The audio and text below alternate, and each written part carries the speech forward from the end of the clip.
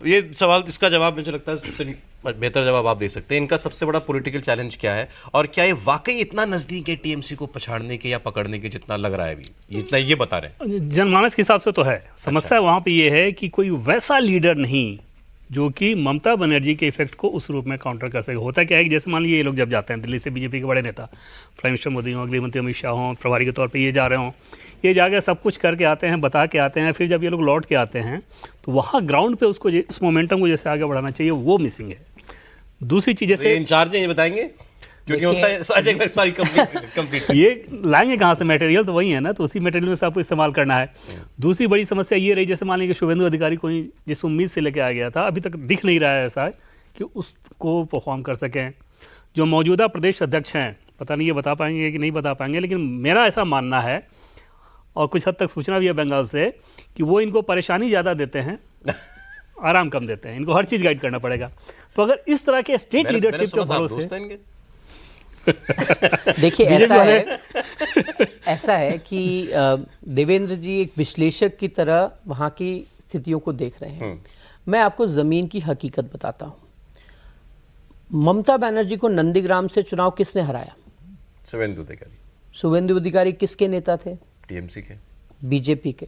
BJP के ticket पे लड़े थे, पहले टीएमसी के थे, पर चुनाव तो बीजेपी के टिकट पे लड़ा। एक सिटिंग मुख्यमंत्री को बीजेपी के उम्मीदवार ने हराया। ममता बनर्जी आज तक इस बात को भूली नहीं है।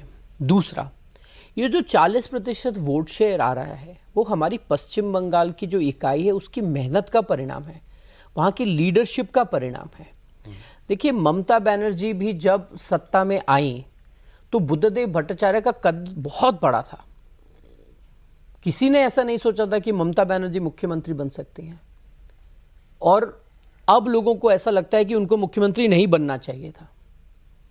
लेकिन भारतीय जनता पार्टी में पश्चिम बंगाल में भी नेतृत्व है, नेतृत्व जनता के बीच में है, जनता का समर्थन उनको है, और ममता बनर्जी से कोई भी व्यक्ति भारतीय जनता पार्टी का बेहतर मुख्यमंत्री साबित होगा। आइए, आपका हक है कहने का, मैं इसको नहीं कर सकता। ये जो पार्टी की व्यवस्था है, मैंने जो पहले बताया कि अगर कोई नेशनल पार्टी पश्चिम बंगाल में सरकार बनाती है तो वो प्रदेश को जिस प्रकार से शासन दे सकती है, जिस प्रकार से उसका आर्थिक विकास कर सकती है, जिस तरह से सामाजिक सौहार्द ला सकती है, वो टीएमसी से कई ही गुना बेहतर होगा।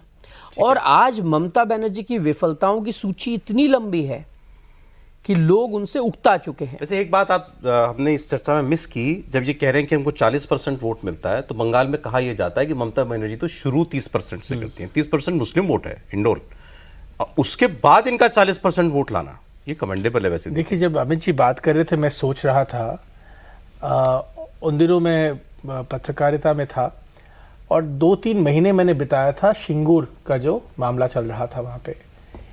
जब ममता बनर्जी जीती थी, कितना उल्लास था कलकत्ते में, मुझे अभी भी याद है। जो उनका कलर है हरा रंग का, गुलाल लेके लोग पूरे शहर में, क्योंकि 34 साल का गुंडागर्दी खत्म हुआ था।